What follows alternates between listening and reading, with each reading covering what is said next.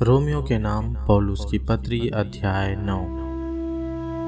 मैं मसीह में सच कहता हूँ, मैं झूठ नहीं बोल रहा और मेरा विवेक भी पवित्र आत्मा में गवाही देता है कि मुझे बड़ा शोक है और मेरा मन सदा दुखता रहता है, क्योंकि मैं यहाँ तक चाहता था कि अपने भाइयों के लिए जो शरीर के भाव से मेरे कुटुंबी हैं, स्वयं ही मसीह से स्थापित हो जाता।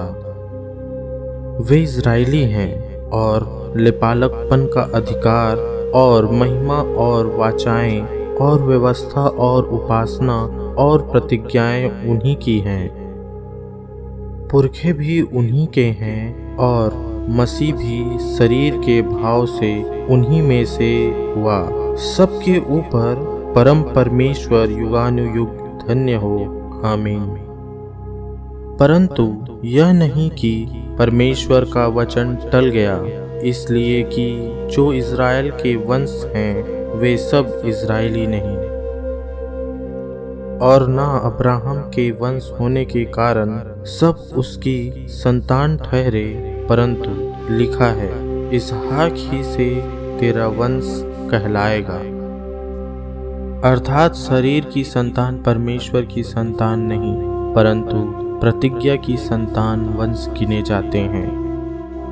क्योंकि प्रतिज्ञा का वचन यह है, मैं इस समय के अनुसार आऊँगा और सारा के पुत्र होगा। और केवल यही नहीं, परंतु जब रिबिका भी एक से अर्थात हमारे पिता इसहाक से गर्भवती थी और अभी तक ना तो बालक जन्मे थे और ना उन्होंने कुछ भला या बुरा किया था, इसीलिए कि परमेश्वर की मनसा जो उसके चुन लेने के अनुसार है, कर्मों के कारण नहीं परंतु बुलाने वाले के कारण है, बनी रहे। उसने कहा, जेठा छोटे का दास होगा। जैसा लिखा है, मैंने याकूब से प्रेम किया परंतु एसाव को अप्रिय जाना। इसलिए हम क्या कहें? क्या परमेश्वर के यहाँ अन्याय है? कदापि नहीं, क्योंकि वह मूसा से कहता है, मैं जिस किसी पर दया करना चाहूँ उस पर दया करूँगा और जिस किसी पर कृपा करना चाहूँ उसी पर कृपा करूँगा। अतः यह ना तो चाहने वाले की ना दौड़ने वाले की परंतु दया करने वाले परमेश्वर की बात है।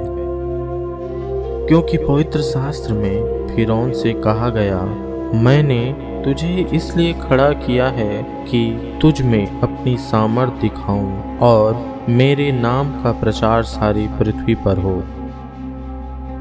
इसलिए वह जिस पर चाहता है उस पर दया करता है और जिसे चाहता है उसे कठोर कर देता है।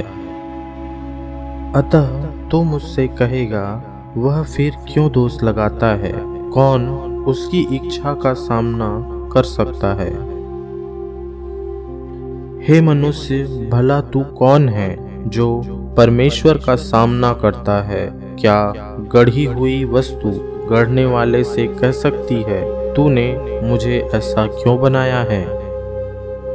क्या कुम्हार को मिट्टी पर अधिकार नहीं कि एक ही लौंदे में से एक बर्तन आदर के लिए और दूसरे को अनादर के लिए बनाए? तो इसमें कौन सी आश्चर्य की बात है कि परमेश्वर ने अपना क्रोध दिखाने और अपनी सामर्थ प्रकट करने की इच्छा से क्रोध के बर्तन की जो विनाश के लिए तैयार किए गए थे, बड़े धीरज से सही, और दया के बर्तनों पर जिन्हें उसने महिमा के लिए पहले से तैयार किया, अपनी महिमा के धन को प्रकट करने की इच्छा की। अर्थात हम पर, जिन्हें उसने न केवल यहूदियों में से वरन अन्य जातियों में से भी बुलाया, जैसा वह होशे की पुस्तक में कहता है, जो मेरी प्रजा न थी उन्हें मैं अपनी प्रजा कहूँगा और जो प्रिया न थी उसे प्रिया कहूँगा। और ऐसा होगा कि जिस जगह में उनसे यह कहा गया था कि तुम मेरी प्रजा नहीं हो, उसी जगह वे जीवते परमेश्वर की संतान कहलाएंगे। और यशायाह इज़राइल के विषय में पुकार कर कहता है, चाहे इज़राइल की संतानों की गिनती समुद्र के बालू के बराबर हो, तो भी उनमें से थोड़े ही बचेंगे। क्योंकि प्रभु अपना वचन पृथ्वी पर पूरा करके धार्मिकता से शीघ्र उसे सिद्ध करेगा।